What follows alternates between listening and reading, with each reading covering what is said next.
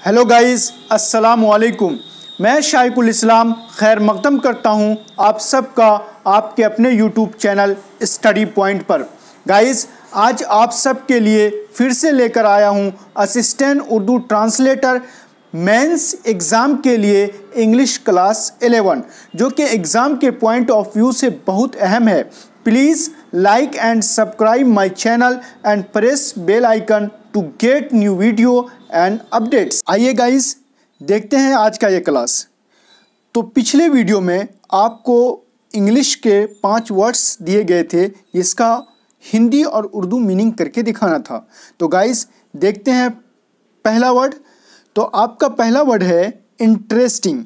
Interesting का Hindi meaning होता है रोचक, या दूसरा हिंदी मीनिंग होता है आनंददायक, और उर्दू में बोलते हैं दिलचस्प।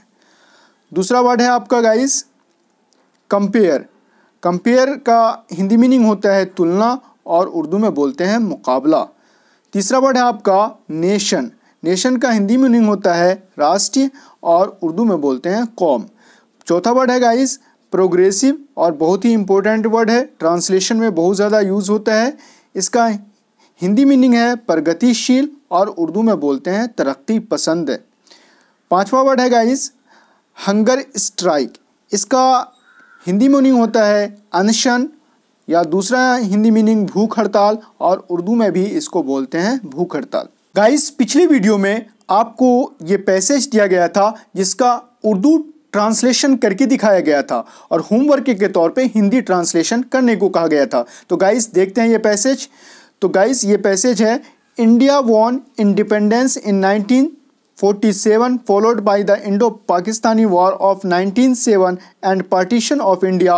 Gandhi said, before partitioning India, my body will have to cut into pieces. तो गाइस इसका हिंदी ट्रांसलेशन देख लेते हैं।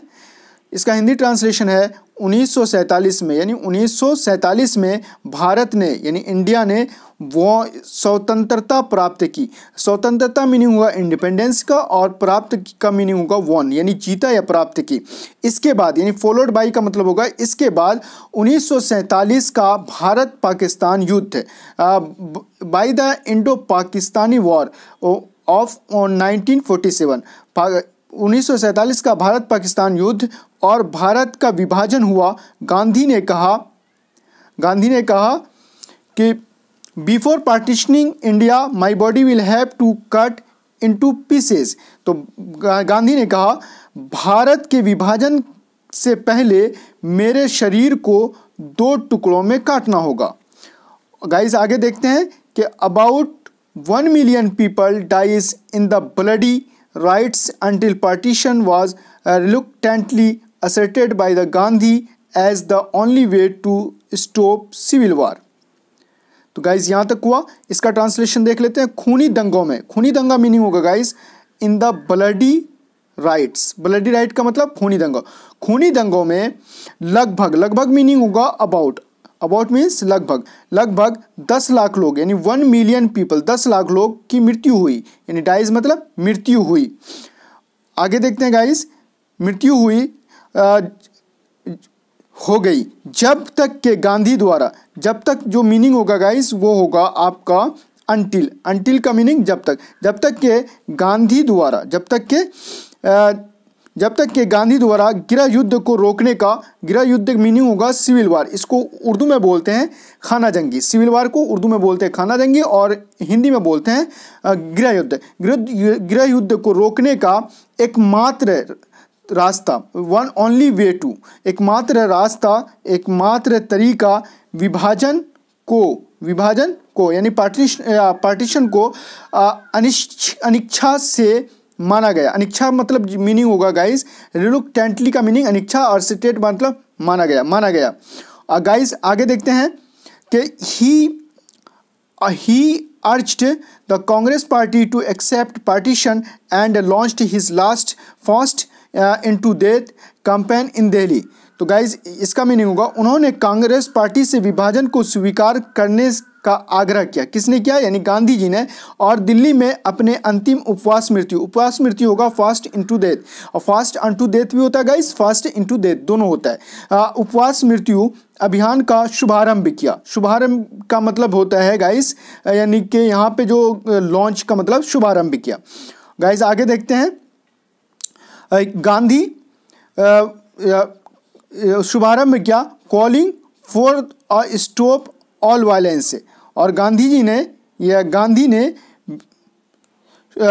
जिसमें सभी हिंसा को रोकने का आह्वान किया गया, यानी गांधी द्वारा।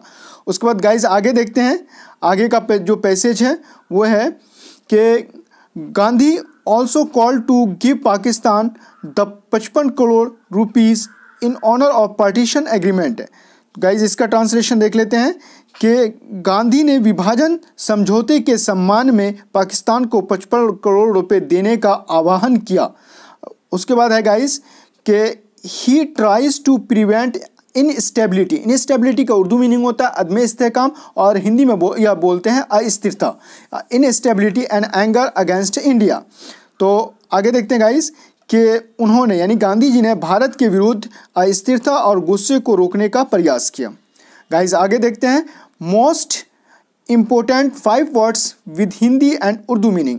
तो आपका पहला वर्ड है गाइस अल्टीमेटली, इसका हिंदी मीनिंग होता है अनंता या अंत में, बिलाखिर, आखिरकार, ये उर्दू मीनिंग होता है। आगे देखते हैं गाइस। आगे आपका वर्ड विड्रॉ। विड्रॉ का हिंदी मीनिंग होता है निकालना, और उर्दू मीनिंग भी होता है निकालना। जैसे हम लोग एटीएम से जब भी पैसा निकालते हैं तो वो विड्रॉ करते हैं। उसके बाद तीसरा वर्ड है आपका इवेंचुअली, इसका मीनिंग होता है अंत में, फलाता, और इसका उर्दू मीनिंग होता है आखिरकार। चौथा वर्ड है आपका जो कि बहुत इंपॉर्टेंट वर्ड है, ये एक्यूमुलेशन है, जिसका हिंदी मीनिंग होता है संचय, और दूसरा मीनिंग होता है संग्रह, और इसको उर्दू में बोलते हैं जमा या अंबार। अंबार का मीनिंग ढेर। गाइस पांचवा वर्ड है आपका, ये भी बहुत इंपॉर्टेंट वर्ड है, कोलिशन, गठबंधन और गुटबंदी, और इसको उर्दू में बोलते हैं इत्तेहाद। जैसा आपको देखने को मिलता होगा कि जो सियासी पार्टियां होती है, जब उसको मतलब कि वो ये लगता है कि हम हार जाएंगे, तो वो दूसरी सियासी पार्टी से क्या कर लेती है? गठबंधन कर लेती है। ये कोलिशन है, और इसका उर्दू होता है इत्तेहाद। गाइस होमवर्क है कि होमवर्क के तौर पे आपको 5 वर्ड दिया जाता है, इसका हिंदी और उर्दू मीनिंग करके दिखाना है। यहाँ पे हिंदी और उर्दू मीनिंग करके दिखा सकते हैं। तो गाइस पहला वर्ड है आपका मैसिव, दूसरा वर्ड है सिमुलटेनियसली, तीसरा वर्ड है आपका ट्रेडिशनल, चौथा वर्ड है एग्रेशन, पांचवा वर्ड है इंडिपेंडेंस। गाइस आगे बढ़ते हैं। गाइस आपका ये है पार्ट ऑफ स्पीच। गाइस जब हमने सिलेबस डिस्कस किया था उसमें बताया था तीसरे नंबर पे कि आपको पार्ट ऑफ स्पीच पढ़ाएंगे। तो गाइस पार्ट ऑफ स्पीच ये भी ट्रांसलेशन के पॉइंट ऑफ व्यू से बहुत इंपॉर्टेंट है। तो हम इसके कुछ ही पार्ट को डिस्कस करेंगे जो कि आपको ट्रांसलेशन में काम आएगा। तो गाइस पार्ट ऑफ स्पीच को बोलते हैं शब्द भेद, और उर्दू में बोलते हैं अज्जाए कलाम। ये पार्ट ऑफ स्पीच 8 होता है गाइस। तो पहला देखते हैं। पहला है नाउन, जिसका मीनिंग होता है संज्ञा, और दूसरा है प्रोनाउन, जिसका हिंदी मीनिंग होता है सर्वनाम, और तीसरा है एडजेक्टिव, इसका हिंदी मीनिंग होता है विशेषण। और ये आपको असिस्टेंट उर्दू ट्रांसलेटर का जब एग्ज़ाम हुआ था उसमें पूछा गया था कि सिफत का हिंदी क्या है, तो ये विशेषण ये पूछा गया था आपको। उसके बाद है वर्ब। वर्ब का हिंदी मीनिंग होता है क्रिया, और एडवर्ब का हिंदी मीनिंग होता है क्रिया विशेषण।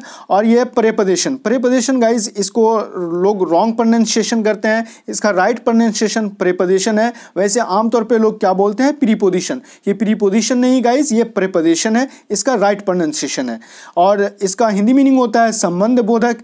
और उसके बाद है गाइस कंजक्शन। कंजक्शन का समुच्चय बोधक। और लास्ट वन है आपका इंटरजेक्शन, इसका होता है विस्मयादि बोधक। तो गाइस हमको इसमें जो डिटेल में पढ़ना है वो प्रेपोजिशन पढ़ना है, कंजक्शन पढ़ना है, इंटरजेक्शन पढ़ना है, जो कि आपको ट्रांसलेशन में काम आएगा। तो गाइज आगे देख लेते हैं सबका सारे, यानी कि जो पार्ट ऑफ स्पीच है उसका डेफिनेशन। तो नाउन होता है guys, a noun is the name of a person, place और थिंग। कि नाउन जो है यानी संज्ञा जो है ये किसी यानी कि चीज़ व्यक्ति का नाम होता है, या जगह का नाम होता है, या चीज़ का नाम होता है। इसका एग्जाम्पल है गाइज कि Akbar was a great king. Akbar एक महान बादशाह था। तो इसमें जो अकबर है ये क्या है? यहाँ पे नाउन है, यानी संज्ञा है। दूसरा है गाइस प्रोनाउन। तो प्रोनाउन का जो हिंदी मीनिंग होता है वो होता है सर्वनाम। इसका डिफिनेशन है a pronoun is a word used instead of a noun as the books are where you left them। तो गाइस प्रोनाउन कहते हैं जो इसम के बदले में यानी संज्ञा के बदले में इस्तेमाल हो। तो इसका एग्जाम्पल है कि the books are where you left them, कि किताब वहीं पर है जहां आपने छोड़ा है। तो यहाँ पे जो गाइस देम है यानी ये जो देम आया है ये क्या है, सर्वनाम है, यही प्रोनाउन है और ये प्रोनाउन है और जो नाउन के बदले में इस्तेमाल हुआ है। गाइस आगे देखते हैं, आगे है एडजेक्टिव। एडजेक्टिव का डिफिनेशन होता है an adjective is a word used to add something to the meaning of a noun as. तो गाइस जो एडजेक्टिव होता है वो एक ऐसा शब्द है जो नाउन की मीनिंग में आके किसी चीज़ का इजाफा करता है। जैसे बोलते हैं he is a brave boy, वह एक बहादुर लड़का है। तो यहाँ पे जो गाइस ब्रेव है, ये जो ब्रेव है ये क्या है, एडजेक्टिव है और ये बता रहा है कि लड़का कैसा है, बहादुर है। आगे है guys verb. Verb, a verb is a word used to express an action or state. ये एक वर्ब होता है, ये एक ऐसा शब्द है जो इस्तेमाल होता है किसी काम को बताने के लिए या किसी हालत को बताने के लिए। जैसे ही ईट्स द फूड, वो खाना खाता है। तो यहाँ पे जो वर्ब है गाइस वो है ईट। ईट ये मतलब ईट वर्ब है यानी कि किसी एक्शन को बता रहा है कि वो जो क्या करता है वो खाना खाता है। तो ईट जो है ये क्या है, यहाँ पे वर्ब है, ये एक्शन को बता रहा है यानी काम को बता रहा है। उसके बाद गाइस आगे है adverb. An adverb is a word used to add something to the meaning of a verb or an adjective and other verb। यानी कि एडवर्ब का काम होता है गाइस कि एक ऐसा शब्द है जो तो मीनिंग का इजाफा करता है या तो वर्ब में यानी कि क्रिया में, या एडजेक्टिव यानी विशेषण में, या एन अदर एडवर्ब यानी दूसरे एडवर्ब यानी क्रिया विशेषण में। जैसे ही कैम हेयर क्विकली, वो यहाँ आया जल्दी से। तो गाइस यहाँ पे जो क्विकली है ये एडवर्ब है और ये आके बता रहा है कि ये जो उसका आना हुआ है वो कैसे हुआ, जल्दी हुआ, यानी आहिस्ता से नहीं आया बल्कि वो जल्दी जल्दी आया।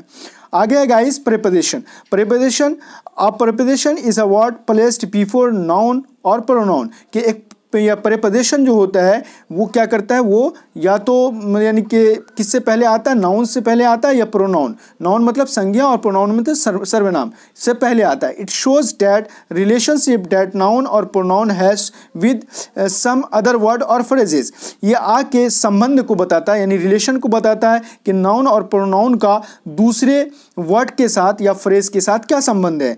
जैसे गाइस यहाँ पे एग्जाम्पल है कि there is a cow in the garden, कि गाय कहाँ है, बागीचे में। तो यहाँ पे जो इन वर्ड है ये इन क्या है, प्रीपोजिशन है और ये आके बता रहा है कि गाय जो है कहाँ है, गार्डन में यानी बागीचे में। आगे है guys conjunction. A conjunction is a word used to join words or sentences as.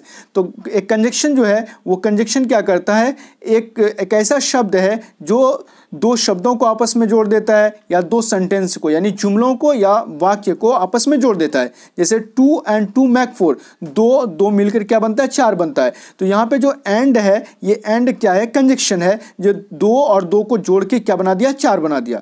आगे है guys interjection. An interjection is a word which expresses some sudden feeling। जो इंटरजेक्शन होता है वो क्या बताता है, आके कुछ अचानक एहसास को बताता है। जैसे अलास शी इज़ डेड, तो यहाँ पे जो अलास है वो क्या है, इंटरजेक्शन है और ये बता रहा है कि मतलब किसी अचानक फीलिंग को, एहसास को बताता है। जैसे अलास शी इज़ डेड, अफसोस कि वो मर गई। तो ये अफसोस वर्ड जो है ये क्या है, इंटरजेक्शन है और ये किसी यानी कि सडन फीलिंग यानी अचानक किसी एहसास को बताता है। गाइस आगे देखते हैं, translate these sentences into Hindi. इस सेंटेंस को हिंदी में ट्रांसलेट करना है। तो गाइस ये जो पैसेज हमने उठाया है वो एपीजे अब्दुल कलाम की बायोग्राफी से उठाया है और जो कि बहुत इंपॉर्टेंट है और ट्रांसलेशन अगर आप इस टाइप का कर लेते हैं तो एग्ज़ाम में बहुत ही फ़ायदा होगा। तो Kalam was elected as the 11th President of India in 2002 with the support of both ruling Bharatiya Janata Party and the then opposition Indian national Congress. तो गाइज इसका ट्रांसलेशन देख लेते हैं कि सत्तारूढ़ भारतीय जनता पार्टी, सत्तारूढ़ मीनिंग होगा गाइज रूलिंग का मतलब होगा सत्तारूढ़, सत्तारूढ़ भारतीय जनता पार्टी उसके बाद है गाइज और तत्कालीन विपक्षी। तत्कालीन विपक्षी मीनिंग होगा एंड देन अपोजिशन, यानी तत्कालीन विपक्षी। भारतीय राष्ट्रीय कांग्रेस, इंडियन नेशनल कांग्रेस का मीनिंग होगा भारतीय राष्ट्रीय कांग्रेस। दोनों, बोथ मीन्स दोनों, दोनों के समर्थन, सपोर्ट मतलब समर्थन से, दोनों के समर्थन से क्या हुआ, दोनों के समर्थन से 2002 में, 2002 में इन 2002 में कलाम को, यानी एपीजे अब्दुल कलाम को भारत के 11वें राष्ट्रपति के रूप में चुना गया था। यानी कि इलेक्टेड मतलब चुना गया था, 11th प्रेसिडेंट 11वें राष्ट्रपति के रूप में चुना गया था। गाइस आगे देख लेते हैं। आगे है guys, widely referred to as the people's president, he returned to his civilian life of education, writing and public services after a single term। तो गाइज इसका ट्रांसलेशन देख लेते हैं कि व्यापक रूप से, व्यापक रूप मीनिंग होगा वाइडली, व्यापक रूप से जनता के राष्ट्रपति के रूप में, जनता के राष्ट्रपति एज द पीपल प्रेसिडेंट, यानी जनता के राष्ट्रपति के रूप में उल्लेखित, उल्लेखित मीनिंग होगा रेफर्ड का, उल्लेखित वह एक ही कार्यकाल के बाद, एक ही कार्यकाल मीनिंग होगा a single term, a single term meaning होगा एक ही कार्यकाल, एक ही कार्यकाल के बाद शिक्षा, शिक्षा मीनिंग होगा एजुकेशन, शिक्षा, लेखन, लेखन मीनिंग होगा राइटिंग, और सार्वजनिक सेवा, सार्वजनिक सेवा एंड पब्लिक सर्विसेज, सेवा के अपने नागरिक जीवन में लौट आए, यानी लौट आए मीनिंग होगा ही return to his civilian life, यानी अपने नागरिक जीवन में लौट आए। आगे है गाइस, आगे देख लेते हैं कि he was receipt of several prestigious awards including Bharat Ratna, India's highest civil honour.